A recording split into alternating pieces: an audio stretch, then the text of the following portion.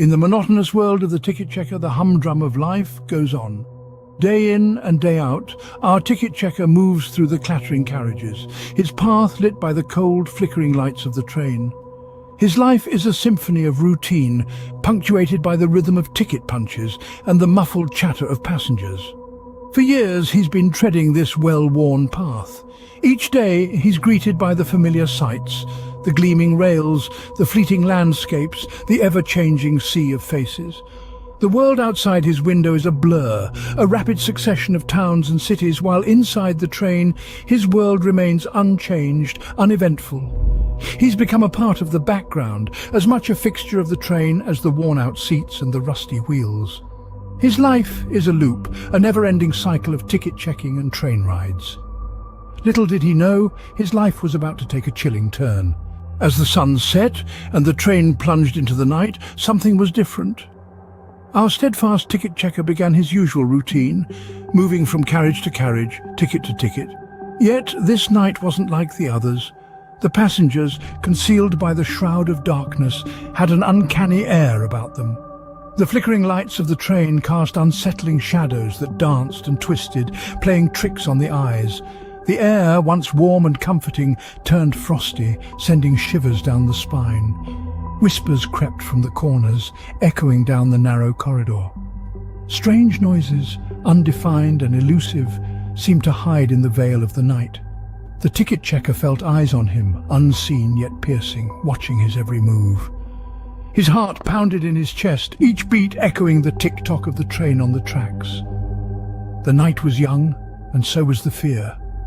As the journey continued, so did the eerie happenings, the darkness of the night growing deeper with every passing minute.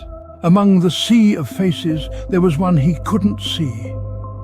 In the hustle and bustle of the moving train, a sense of unease began to creep up on our ticket checker. It was as if a ghostly passenger had embarked, one whose ticket remained unchecked. The whispers of the crowd seemed to grow louder, their words twisting into an eerie symphony of unease. The lights, once a steady beacon, started to flicker intermittently, casting long, unnerving shadows that danced on the carriage walls. Each flicker, each moment of darkness seemed to intensify the foreboding feeling that gripped him. An icy chill ran down his spine, a cold breath from the unseen. His heart pounded in his chest like a drum, the rhythm echoing the rising tide of fear.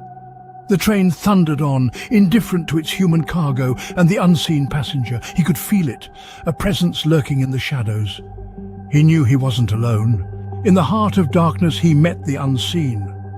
The ticket checker, a man of routine and order, was now standing before an enigma. A passenger, or rather a shadowy figure, emerged from the depths of the train. The phantom held a ticket that seemed to belong to another era, a relic of time long past. As the figure extended the ticket, the air around them took on a chilling edge. An icy shiver slithered down the checker's spine, his heartbeat pounding in his ears, a stark contrast to the eerie silence of the train.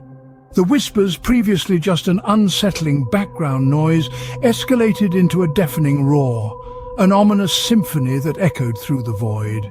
Dread gripped the checker as he reached out to take the ticket. The moment their hands met, a jolt of fear surged through him, freezing him in place. His world began to spin, the shadowy passenger blurring into the darkness. And then everything went black. What had happened? Where was he? The ticket checker comes to, shrouded in the chilling silence of the now desolate train. Where once laughter and chatter filled the air, now only an echoing void remained.